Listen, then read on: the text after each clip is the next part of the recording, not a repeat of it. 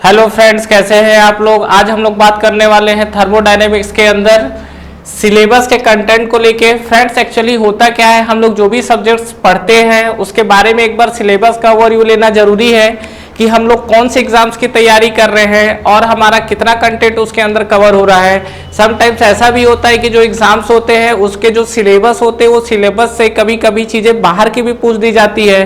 तो इस चीज़ के लिए हमको ध्यान रखना होगा कि जो भी हम लोग सिलेबस कवर कर रहे हैं उसमें हमको कितना कंटेंट कवर करना है और किस एग्जाम्स के बेसिस पे बात हो रही है।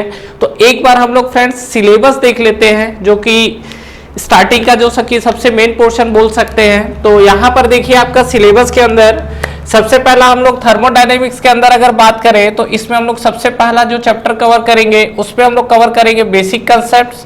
ठीक है, ये आपका एडिशनली ऐसा आपको किसी बुक्स में नहीं मिलने वाला है, लेकिन ध्यान रखिएगा ये बेसिक कंसेप्ट पोर्शन वो पोर्शन है जिसके बेसिस पे हम लोग थर्मोडायनेमिक्स में आगे बढ़ेंगे। नेक्स्ट हम लोग सेकंड स्टार्ट करते हैं और जो हमारा सेकंड चैप्टर स्टार्ट होगा वो आपका स्टार्ट होगा जीरोथ लॉ ऑफ थर्मोडायनेमिक्स। तो ये जो आपका सेकंड वाला पार्ट है that is the zeroth law of thermodynamics, TD लिखा हुआ है मैंने शॉर्ट फॉर्म में। उसके बाद ये जो आपका जीरोथ लॉ है, इसके बाद हम लोग नेक्स्ट चैप्टर जो स्टार्ट करेंगे यहाँ पर हमारा स्टार्ट होगा एनर्जी इंटरेक्शन।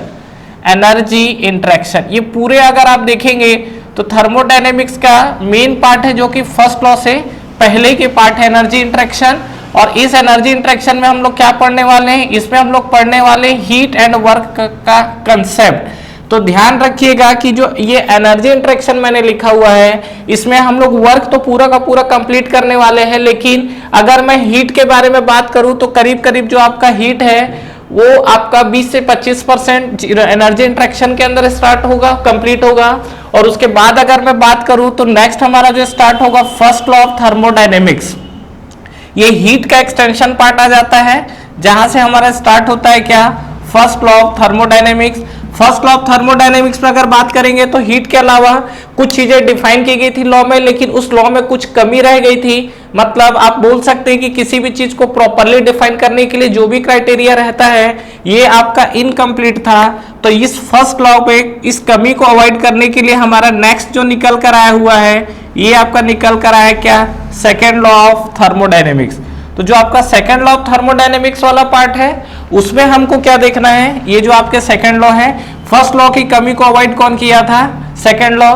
इसके बाद हम लोग बात करते हैं फ्रेंड्स कुछ साइकिल और प्रोसेस को लेकर थर्मोडायनेमिक्स से बात होती है। तो यहाँ पर जो मैं सेकंड लॉ की बात कर रहा हूँ तो ये आपका बेसिकली क्या था, साइकिल के लिए अप्लाई था। अगर मैं इसमें प्रोसेस के लिए अप्लाई करना चाहता हूँ तो यहीं से कंसेप्ट निकल के आता है दैट इज कॉल्ड एंट्रोपी।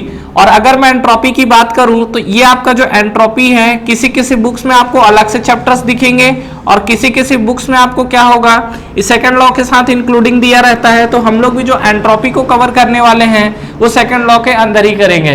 वैसे आपकी जानकारी के लिए एक चीज बता दूं कि आपका एक क्वेश्चन यहीं पर कवर हो गया। ये एग्जाम में कई बार पूछा हुआ क्वेश्चन है कि जो हमारा entropy comes from zeroth law, first law, second law, third law. तो ध्यान रखिएगा कि ये जो आपका एंट्रोपी का कंसेप्ट है सेकंड लॉ से निकल कर आता है। इसके अलावा आपका थर्ड लॉ ऑफ थर्मोडायनेमिक्स भी होता है, बट हमें वो जरूरत नहीं है, इसलिए हम उसको नहीं पढ़ेंगे।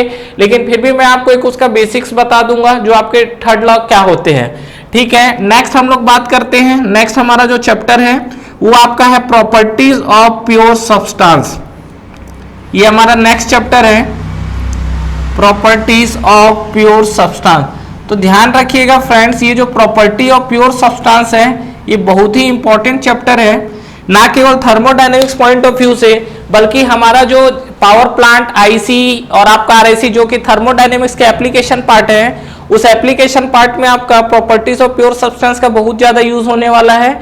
अगर आप एग्जाम्पल के तौर पे देखें तो जो आप पीवी, टीएस और वो मोलियर चार्ट हम लोग ड्रॉ करते हैं और उसके बाद हम लोग अलग अलग एचएस डायग्राम ड्रॉ करते हैं, तो वो सब जो भी आपका डायग्राम का एक्सप्लेनेशन है वो सब डायग्राम कैसे बनता है, उस पर कांस्टेंट प्रेशर लाइन कैसे बनेगा, कांस्टेंट टेम्परेचर लाइन कैसे बनेगा, ये सब चीजों को हम लोग पढ़ेंगे। और इसका पूरा का पूरा एप्लीकेशन आपको RAC, refrigeration and air conditioning और पावर प्लांट में आपको देखने मिलेगा। तो फ्रेंड्स ये बहुत ही इंपॉर्टेंट चैप्टर है। अगर क्या है यहाँ पे चीजें अगर रटने स्टार्ट होती है तो उस सब्जेक्ट में जाके प्रॉब्लम क्रिएट होता है।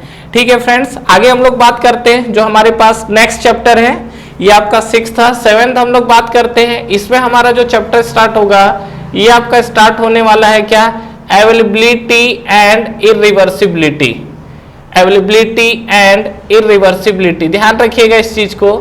ये अवेलेबिलिटी एंड इरिवर्सिबिलिटी ये आपके लिए हो सकता है थोड़ा नया चैप्टर हो, लेकिन इसके बारे में भी हम लोग पढ़ेंगे, क्या पढ़ेंगे, कितना कंटेंट कवर करेंगे। एक्चुअली ये जो चैप्टर है आपका अगर देखेंगे तो नॉर्मल जो पीएसयू एग्जाम होते हैं और आईएएस के एग्जाम्स होते हैं वहां पर ये चीजों से पूछे जाती है। तो हम लोग अवेलेबिलिटी और इरिवर्सिबिलिटी में इंटर तो करेंगे बट कुछ लिमिटेड कंटेंट के साथ, ठीक है। नेक्स्ट हम लोग बात करते हैं, ये हमारा नेक्स्ट चैप्टर जो है इसमें आपका आएगा थर्मोडायनेमिक रिलेशंस। ये हमारा जो नेक्स्ट चैप्टर है इसमें हम लोग क्या पढ़ने वाले हैं, इसमें हम लोग पढ़ने वाले हैं क्या, थर्मोडायनेमिक रिलेशंस। ये भी आपका जो चैप्टर है यहां से आपका एसएससी जेईई में भी एग्जाम से पूछा हुआ है। अभी मैं इस पे आगे बात करता हूं। नेक्स्ट हमारा जो चैप्टर है उसमें चैप्टर नहीं है ये आपका जस्ट लाइक अ मिसलेनियस पार्ट है, जहां पर हम लोग कुछ चीजें एडिशनल पढ़ेंगे जो कि क्या है बीच बीच में पीएसयूज और आपका जो एसएससी जेईई का एग्जाम्स है वहां भी पूछ लिया जाता है।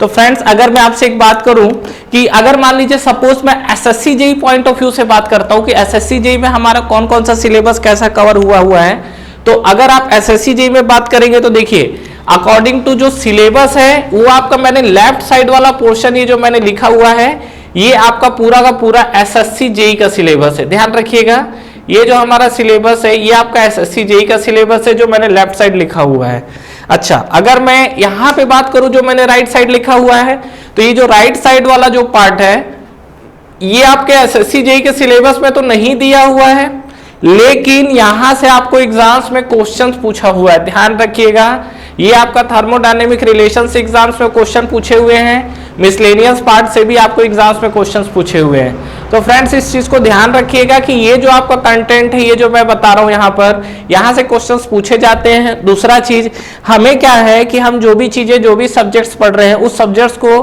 बार बार हम लोग केवल रिविजन के लिए पढ़े, बार बार हम लोग सीखने के नाम से वो चीजें हमें डील नहीं करनी है। कहने का मतलब ये है कि अगर ये जैसे आपके चैप्टर्स हैं एक बार अगर आप थर्मोडायनेमिक्स पढ़ना स्टार्ट कर रहे हैं तो बेटर है कि आप इसको पूरा का पूरा कंप्लीट करिए, ताकि ऐसा ना हो कि एसएससी जेईई से पहले या उसके बाद भी और भी हमारे जो पीएसयू एग्जाम आते हैं उसके लिए हमको अलग से पढ़ना पड़े।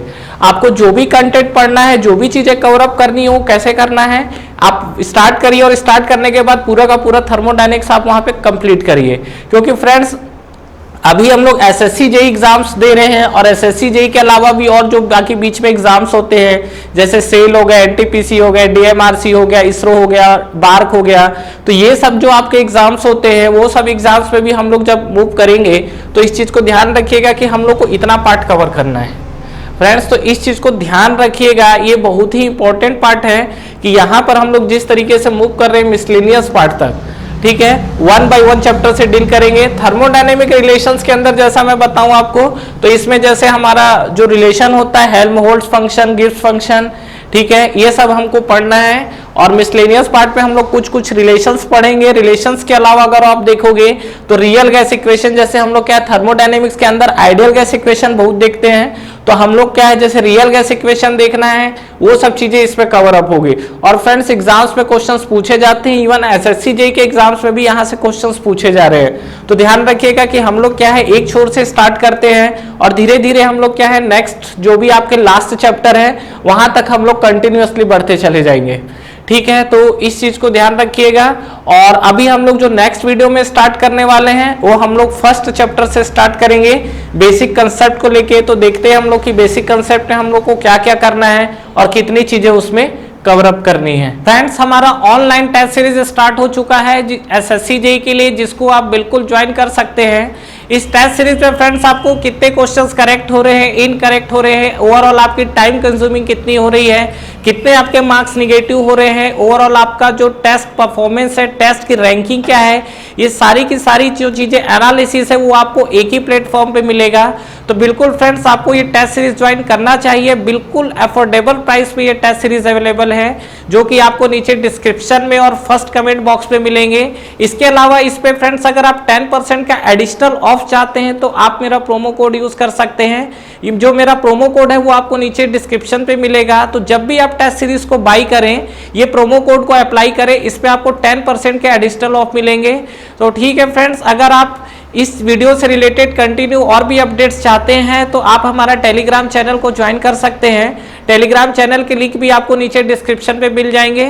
तो फ्रेंड्स इस वीडियो को लाइक करिए, फ्रेंड्स के साथ शेयर करिए और इस चैनल को सब्सक्राइब करिए, बेल आइकन प्रेस करना ना भूलें और एग्जाम्स की आप तैयारी करते रहिए। Wish you all the best.